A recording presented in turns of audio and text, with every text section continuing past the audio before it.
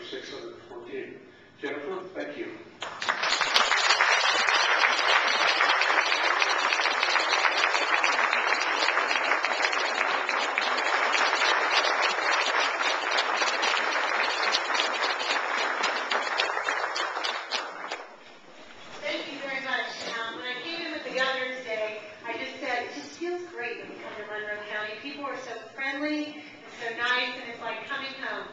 Thank you for that. We really love being here.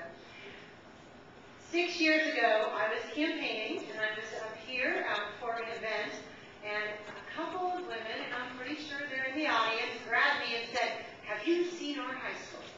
"Carol, I think you're one of them." And I said, "Well, I'm in your high school." She said, "No, you're not in my high school." And they took me out the back door, and they showed me your trailers. And I'm like, "These are your high schools?" And I couldn't believe it. So I started to ask some questions and found out that because your high school was on wheels, it wasn't even considered a school for construction purposes. And my first 2 years in the legislature, I worked hard. I tried to get an amendment in every single bill that did something for Switzerland of Ohio. But I didn't have the right governor, I can tell you that. And so I so appreciated the day that Ted Strickland was elected governor, and we would not be here today with this check's presentation if it didn't happen. So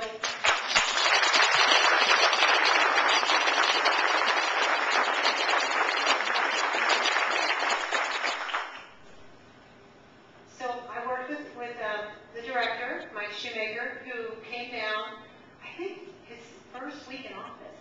He was appointed director of OSFC, and I was here for an event with the Arts Council, and he walks in the room. I didn't even know he was going to be here. He was already here looking at these facilities. That tells you how important that you are to us in Columbus. Mike and I talked. We worked out a way that the formula was fair to school districts like you, not just you, but there were 3 school districts like you, and it made sense. And he said, "Okay, go for it." So I went to talk to the governor, and they helped so much. I could not have done this without him and actually Bill Hartman. He helped me in the Senate, and we made this happen. And today we will be presenting a $53 million check, saving you $15 million. But it isn't about us.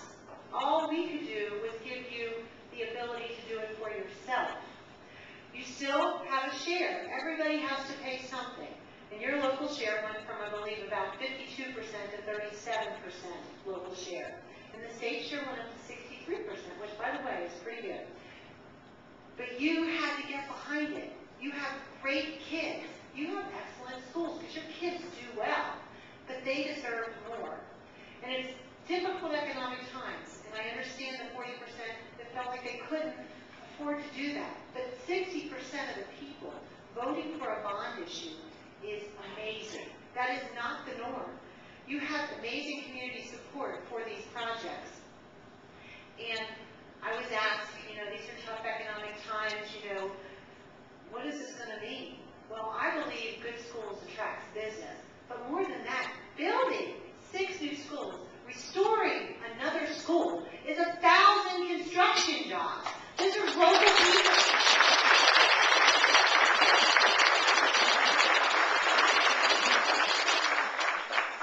Live in your community, they spend money in your community. And every dollar spent here turns over 7 times.